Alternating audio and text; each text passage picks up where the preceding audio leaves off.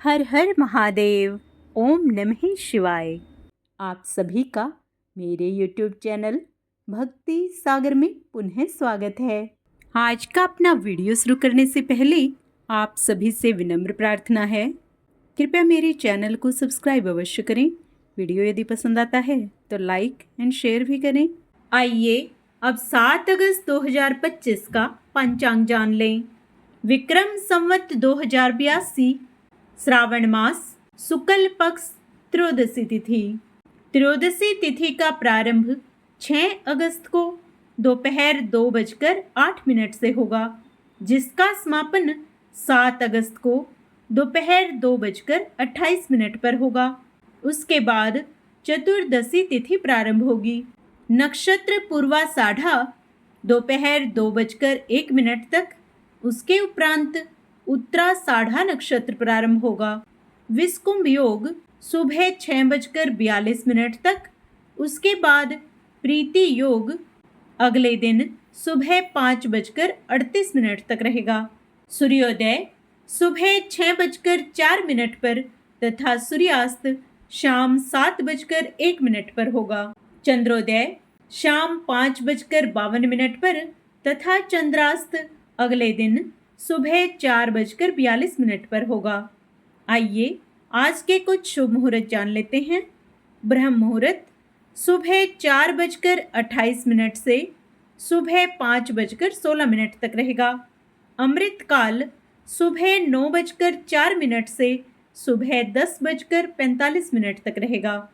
अभिजीत मुहूर्त दोपहर 12:06 से 12:58 तक रहेगा। किसी भी शुभ कार्य को करने से पहले राहु काल का विचार अवश्य कर लेना चाहिए। आइए अब राहु काल का समय जान लेते हैं। राहु काल दोपहर 2:09 से 3:46 तक रहेगा। यमगंड योग सुबह 6:04 से 7:41 तक रहेगा।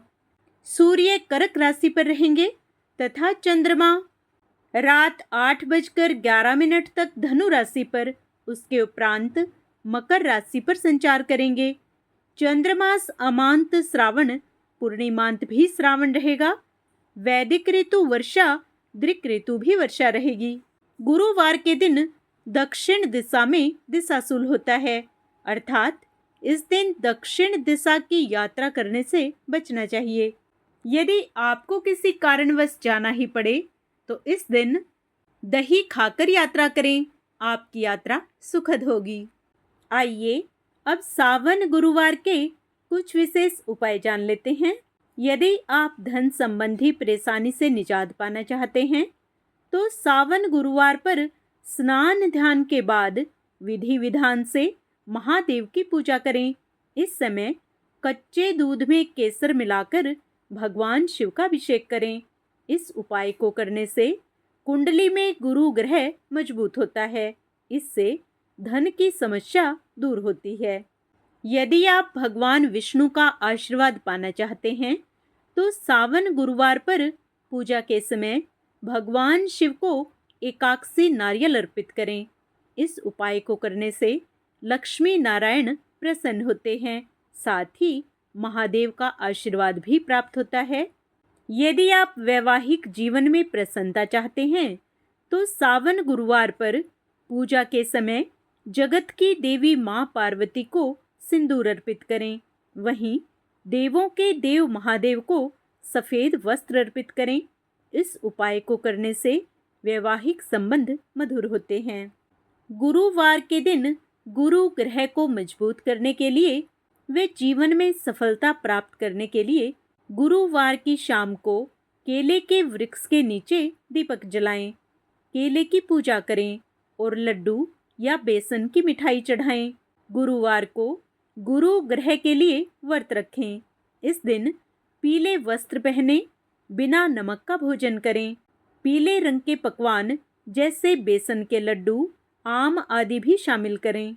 गुरुवार के दिन गुरु ग्रह के मंत्र ओम व्रीं बृहस्पति नमः या भगवान विष्णु के मंत्र ओम नमो भगवते वासुदेवाय का ज़्यादा से ज़्यादा जाप करें। गुरुवार के दिन भगवान शिव को बेसन के लड्डू का भोग लगाएं। इस उपाय से गुरु ग्रह के दोष दूर होते हैं, वे जीवन में आ रही परेशानियां दूर होती हैं। गुरुवार के दिन पीली चीजें जैसे पीली दाल, पीले वस्त्र, चने की दाल, हल्दी या केला गरीबों और ब्राह्मणों को दान करें। इससे बृहस्पति ग्रह मजबूत होता है और सौभाग्य बढ़ता है।